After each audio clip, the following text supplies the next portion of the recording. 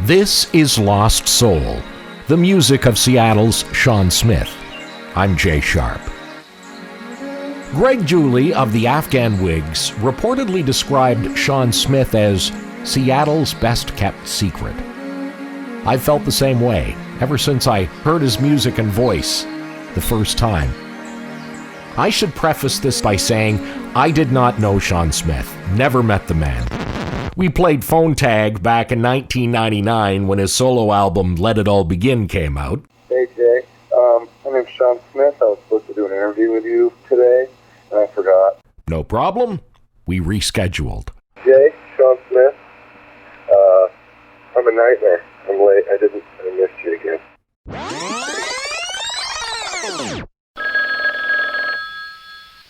Hello. Jay? Yes. Shawn Smith?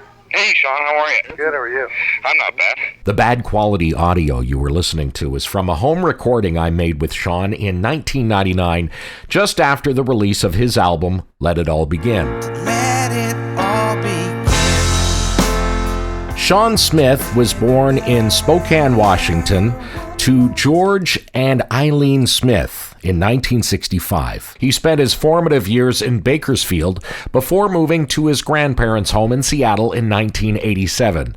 He had been in several bands by the time I talked to him, watching the explosion of the Seattle scene and singing and writing in Satchel, Pigeonhead, and Brad. But when I got to talk to him, he had just released his first solo album. In this album, I don't know, maybe I'm wrong on this one, but it sounds a little more upbeat this time around. Right. I noticed the note to yourself there at in the insert. Any inspirations for this album? Anything that may have come about in between the last few discs? Well, I don't know. I guess just finally coming to terms with what I really want to do and really just stepping out and doing it and taking the chance kind of really opened me up, made me feel really good, you know? Mm-hmm. And I don't have as much melodrama going on, and I'm just older. And hear the sound of the train that's coming down. The Train is Coming from Shawn Smith's solo album, Let It All Begin. Between now and the last Brad album, there was the solo album was talked about, and this project called the Twilight Singers. Right. What's the deal with that? And what's the status on that? They're trying to put it out. Okay. So, and there's just some little negotiating going on about it, but it's should be coming out pretty soon. And you were working with the guy from the Afghan Wigs on that? Yeah. And the guy from he was in Hal and Maggie and oh right, that's Royal right. Crescent Mob. Right. Harold. Is this? Can you give us a hint of what this album sounds like? I'm interested. Is it a little heavier? Or is it? No, it's a pretty. It was all done in New Orleans. It's real. It's got a real kind of heavy vibe. It's not heavy. It's not a rock record. It's kind of mellow, kind of dark. It's mostly Greg's. It's all Greg's. A lot of Greg's vision. Was that tough working with a guy who's got a pretty strong direction where he wants to go? And I imagine you are the same. Yeah.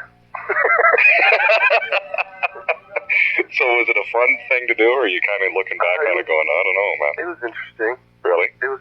I'm glad I did it. Yeah. You know, it's tough having three band leaders all in the same room together. Yeah. But, well, back to the new disc. Mm-hmm. One song that I really, really like, Until the End. Mm-hmm. That's when I knew that I was going home. It sounds really relaxed and really happy to me. Yeah. I just had my little 8-track set up in my living room, and I just wrote it. Then I re-recorded it, but I was just messing around with my guitar, and I don't know what there wasn't any real inspiration except, I just think the words to it are really cool. Mm-hmm. That's a young version of me, Jay Sharp, trying to get Shawn to embrace my interpretation of his song, and he was having none of it. I'll spare you the audio of me excitedly telling him what his song means and move on to the next question. You've got Satchel, Pigeonhead, Brad, you've got the solo thing, the Twilight Singers may be happening. Do you ever worry about confusing your fans jumping around from so many bands, or does that kind of thing bother you? Oh no, I never. Do you consider that? Yeah, I never worried about it. No. So Pigeonhead was the first. I had an opportunity. Sub Pop rented us gear to record, and I chose to do that. And then Brad came up, and Stone had money to go in the studio, so I chose to do that. Mm-hmm. Satchel was already kind of a band, and if I would have went the straight label one band route, I'd only have 2 albums out. Mm-hmm. So I do write all the time, and I would go crazy if I really loved having all those outlets. And as a music fan, I kind of find that the more you have to dig, the more interesting it is. Mm-hmm. Same thing. I always meet people that are like that. Like, wow, I didn't even. All of a sudden, there was these 5 other records to get. Yeah. It's like, all right. And you get all pumped up about it. Yeah. Here's a story we all know about a land of shining gold, where all the air was filled with stars. Land of Gold from the album Let It All Begin. Releasing this album on, what is it, 818? Yeah. Why did you decide to go to the independent route? Well, initially I got let go of Sony, and I was really excited about it. I definitely pay attention to kind of what Prince does, just because I'm not loving what his music is right now, but I still kind of pay attention to him. Mm-hmm. And I was really digging his, the fact that the freedom to really just do whatever you want and release it whenever you want and however you want. And I was, feeling like that was in the back of my mind. Like I was thinking, man, I wonder, I would really like to do it that way. Like Watching what he was doing. yeah, and but the financial realities are, he has all this money, and the realities were. So I was trying to get a deal, but I didn't try that hard, and nobody was interested, and I wasn't going to try to. The one thing I've never wanted to do is have to change things to fit into something that they think is going to sell or something. Was that a problem with Sony? Well, it's a problem that I had full artistic. I was allowed to do it the way I wanted, but that basically meant that they wouldn't support it. You know what I mean? Yeah, really. Then the 818 thing, I did some recording with Nick, who's one of the people that runs that. And, Nick Didier? yeah, and because I did some recording, some of the record I did with him, and he had this site that just came up, and I was like, yeah, sounds great. It's an interesting way to go about it. I know a lot of this is kind of the new thing that artists are trying out, and it's pretty exciting to think that it would give you the freedom to do whatever the hell you want. Yeah, well, yeah. But have you had many people saying it's difficult to get, or trying to track it down? That's a problem. It's difficult to get, but I think we got kind of a long-term feeling about it, that we're going to try to get it in the stores, but distribution takes a huge cut, and it's just kind of like trying to figure out the best way to, I'm selling them at shows, and that's keeping me having gas money and stuff. I would think you'd probably sell quite a few at your shows, would you not? Yeah. Yeah, that would be great. I sold like 60 in Seattle, and that's pretty good. That's excellent. Yeah. But it's really we got a kind of a, just kind of going to keep rolling. And, I might put out another album and then have a couple that I'm supporting. Mm-hmm. Please do. Yeah, so I'm working on it right now. That's great, man. And I'm going to throw some shows that I'm doing, these solo shows, and I'm going to put those up, and you can listen to them on your computer. Oh, that's cool. And there's just a lot of kind of fun things like that. There's another thing I want to do, which is, record a song and then just put it out the next day. Yeah. Which I think, just things like that to make it fun. And you can't play around with it too much. You just kind of let it go. Right. I just think I read this Ween article, and they were talking about that too, where they just throw shit out there, and it's fun to just throw your art out there. Mm-hmm. That's something that the labels aren't letting you do, so. Though Although Shawn Smith never became a household name, Low Fidelity All-Stars scored a hit with their remix of Battle Flag with Shawn on vocals, and I talked about that with him here. Do you see yourself as the alternative now that the Low Fidelity All-Stars have that hit? Oh, yeah. I don't know. What was your reaction to that? That was pretty cool. Yeah. Except you're not mentioned anywhere. Oh, on the record or what? Oh, I just saw the single come in, and I had the remix album, right? The Pigeonhead remix, and I was going, but this is Pigeonhead. You know? Yeah. This isn't Low Fidelity All Stars. This is your tune. Yeah. It was a weird situation. I definitely had some problems with it. But, oh, did you? Yeah, just because nobody from the band ever called. You know what I mean? No one called me.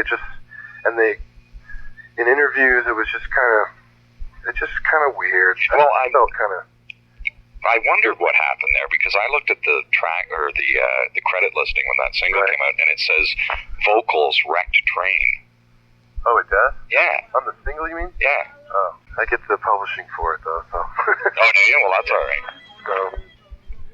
So you're making some money off. They're not ripping me off. Time for another disclosure.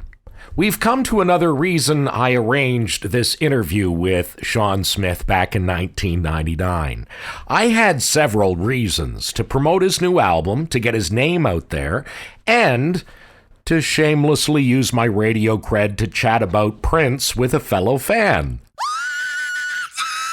So I'm interested in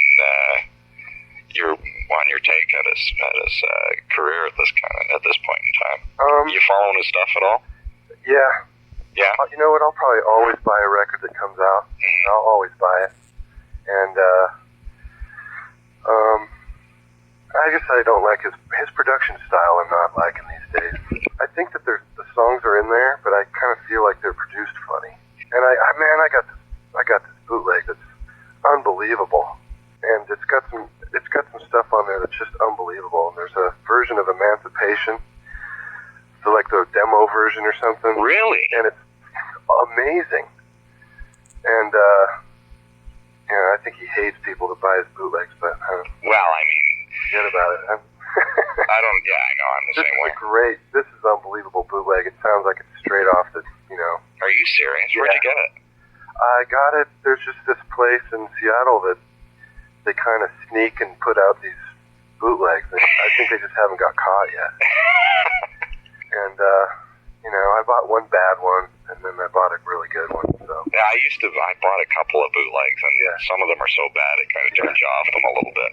Yeah, this one was such good quality, And there's an album. It was 3 discs, and there's about 7 great songs on it. It was 3 discs, eh? Yeah, it's got a lot of. You buy the bootlegs, a lot of times it's, everything, off of a bunch of stuff off Crystal Ball and stuff released. That's, you get kind of chip. Did you get the Crystal Ball collection? Yeah. What'd you think? I made a great 10-song tape out of it. I know. There were some great tunes on there. I was disappointed because my original Crystal Ball bootlegs that I had 10 years ago, I just wished more of that stuff was on there. Yeah. But I saw him live a couple of years ago, and he was amazing, so. Which tour? The Jam of the Year tour. Oh, yeah. Yeah. That was the club tour? No, it might have been some clubs, but I think it was, he played in a big place outside Seattle. But it was, he's amazing, so I'm still down with him.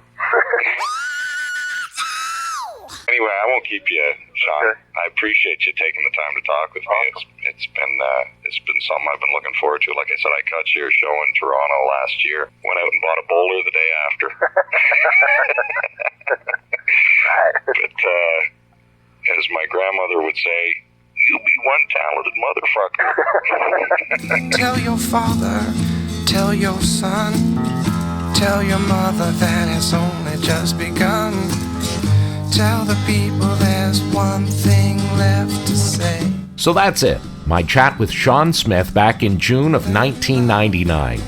I hope you liked this little peek into his world at the time. This was Lost Soul, the music of Seattle Shawn Smith. I'm Jay Sharp. never say goodbye. That the light is always in the sky,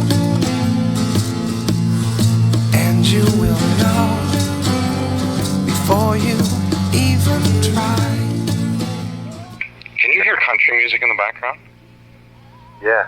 That's my phone. Oh, it is? Yeah, it's picking up a radio frequency. I don't know why. Weird.